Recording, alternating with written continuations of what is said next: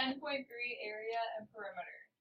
I can find area, perimeter, and missing dimensions in triangles and rectangles. How'd she do? Great. Well done, well done. That was Miss Wiggles from the University of North Dakota here today to watch how we do math here at Good Point. Thanks, Miss Wiggles. No problem. All right, so this lesson was the notes that we finished on Thursday, but we ran out of time to make the video. So I need your involvement here. Perimeter, the distance around the edge. So remember, edges are on the outside, which will be helpful in our discussion about diagonals, because diagonals are on the inside. You guys figured that out. Area, the space inside the edges of a figure. Dimensions are what make up a shape. So in this particular shape right here, what is that called, everybody? A square. And what are the dimensions of the square? What is the base and the height? 4 by 4. Cool.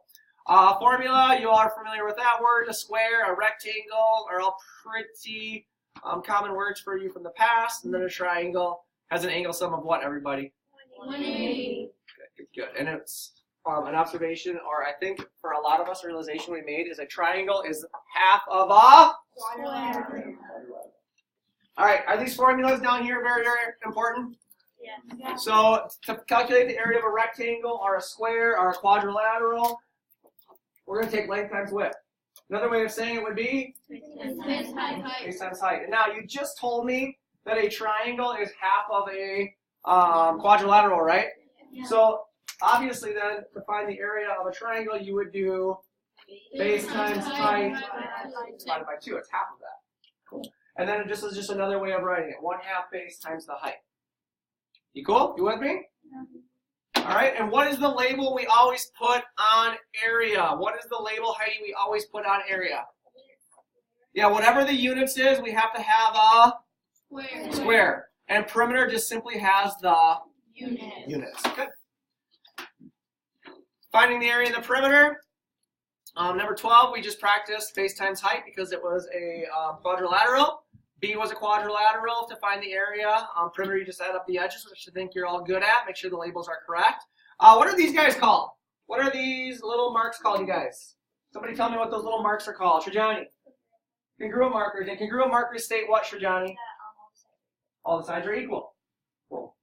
So in this situation, we said that this one side was 5, and if they're all equal, we would go 5 plus 5 plus 5 to find the perimeter, yes or no?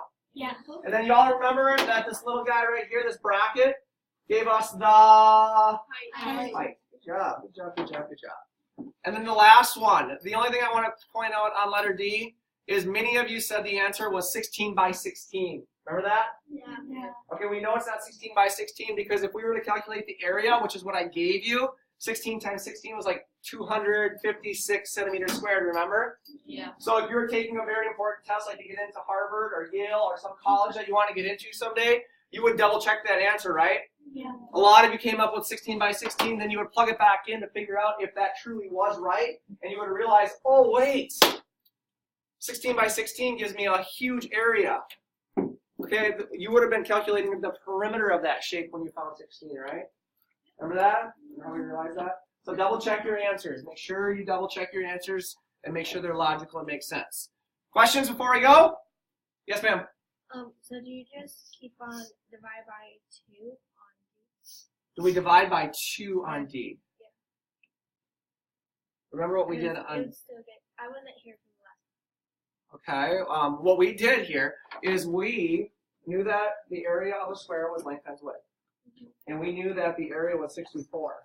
So we really just use our knowledge of what times what gives us a 64. And because it's a square, all sides are equal. So 32 times 2 wouldn't make much sense, right? Because if you have a side length of 32 and a side length of 2, no good, that's not more like a rectangle. So we just kind of guess and check, but most of you could figure out right away that it was 8 times 8. That make sense? Anything else?